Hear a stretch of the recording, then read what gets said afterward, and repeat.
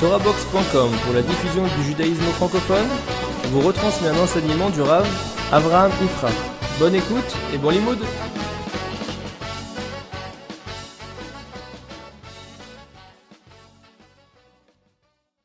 L'action, c'est le premier palier, c'est la première épreuve pour quelqu'un qui veut rentrer dans la Torah. Quand il va commencer à faire les mitzvot. Quand il va faire les mitzvot, on va voir où il va choisir de développer, d'avancer plus, ou il va choisir de se contenter de ce qu'il fait.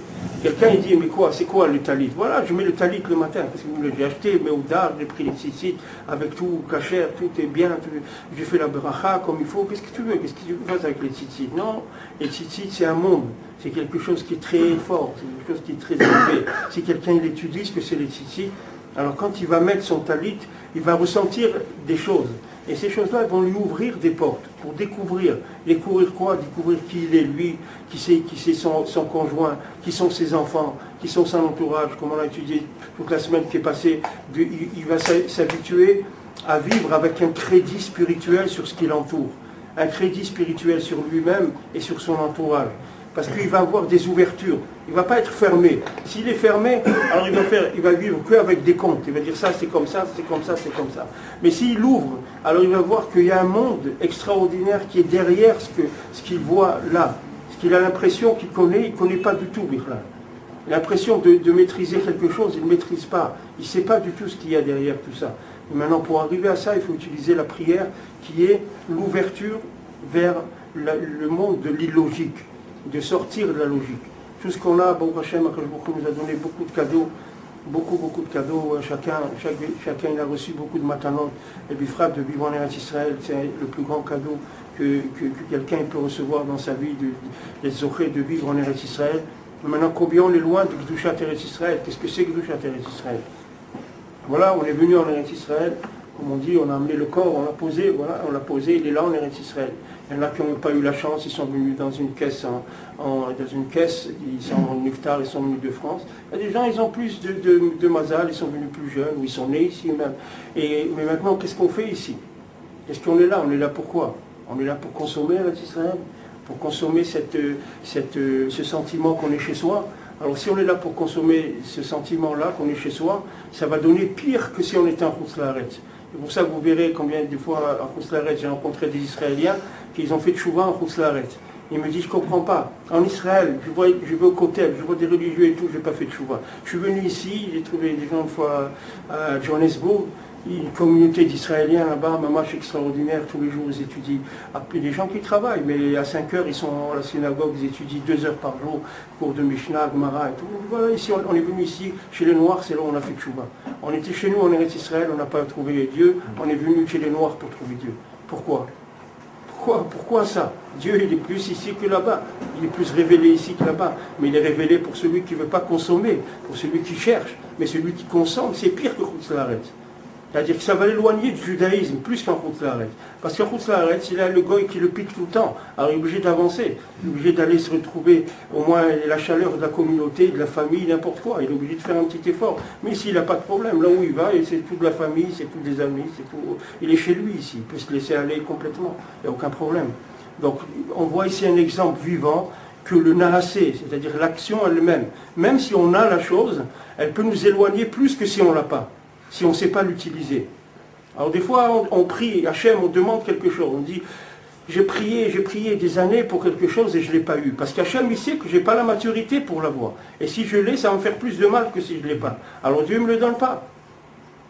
Les gens ils prient pour la parnassa, ils demandent, je veux parnassa, je veux vivre dans l'aisance et tout. Mais il y a des gens, malheureusement, quand ils sont dans l'aisance, ils oublient Dieu. Il y a des gens qui n'ont pas la force de vivre. Ici, il y avait un riche à Jérusalem, il prenait l'autobus tous les jours. Il était très très riche, il était multimillionnaire, mais il prenait le bus. Alors on lui a demandé pourquoi tu prends le bus. Il a dit parce que si je ne prends pas le bus, je vais oublier qu'est-ce qu'il ressent un pauvre quand il prend ses paniers de Machane Yehuda avec 25 kilos pour le Shabbat et il monte dans le bus et le bus il faille bien démarrer, le bas de panier reste coincé dans la porte et il se met à hurler parce qu'il y a une femme derrière avec sa poussette, etc. Tout ça je vais l'oublier si je ne prends pas le bus. Alors quand après ce pauvre il va venir me demander la tzedaka, je vais lui donner un shekel et je lui dire ne viens pas trop souvent, ça me dérange, etc. Tandis que si je vis ça, Alors, je garde un contact avec une certaine réalité. Donc quand la personne elle vient, je ressens un petit peu je ne dis pas que je ressens ce qu'il ressent, mais au moins j'ai gardé un contact avec une réalité que je n'ai pas oubliée complètement. Alors maintenant, chacun il demande, il veut de la richesse, il veut de l'aisance, il veut être bien, etc. Il veut du bien-être. Et Akadosh Baruch Hu, il veut nous donner le bien-être. On est les enfants, Bani Matem et Hashem Elokechem, on est les enfants de Dieu. Il veut le meilleur bien-être qui existe sur terre, il le veut pour nous. Mais seulement si maintenant, ce bien-être, ça va nous rendre gâtés, et qu'on va oublier notre identité, que ça va nous éloigner, alors Akadosh Baruch Hu ne nous le donne pas. Mais par contre, celui que Dieu, il sait qu'il a besoin de ça pour progresser, alors Dieu va lui donner. Dieu va lui donner. Tous les grands tzadikim, Rabbi Nachman a dit que la Torah est passée entre leurs mains, ils étaient riches. Moshe Rabbeinu était riche, Rabbeinu Akadosh il était riche, Rachid, Rabbeinu Tam, il était très riche. Pourquoi? Parce qu'ils avaient besoin de cette richesse pour comprendre la Torah.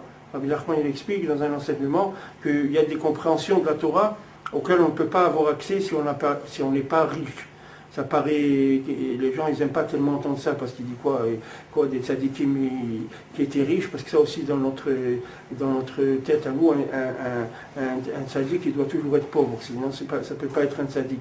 David Amelech il était très riche, Shlomo Amelech il était très riche, ça n'empêche pas que c'est des tzadikim, parce qu'ils n'avaient pas le rapport avec l'argent que nous on a, c'est pas du tout la même chose, c'est pas le rapport de propriété comme nous on a. C'est pour ça que Dieu ne nous donne pas. Des fois on demande des choses, Dieu ne nous donne pas. Maintenant voilà Eretz Israël. On a demandé Eretz Israël, on a pleuré, la galoute, les trucs. On a dit non, ça y est, on veut retourner sur nos terres, on a dans le marre d'être en galoute, d'être persécuté, qu'on nous fasse du mal et tout. Enfin on veut être chez nous, qu'on ne nous embête plus, etc. Ok, voilà, prends. Voilà, on t'a donné, fais, on va voir. On t'a donné la terre la plus belle qui existe sur terre, l'endroit le plus inspirant sur terre, l'endroit qui donne tout le spirituel du monde, il passe par ici.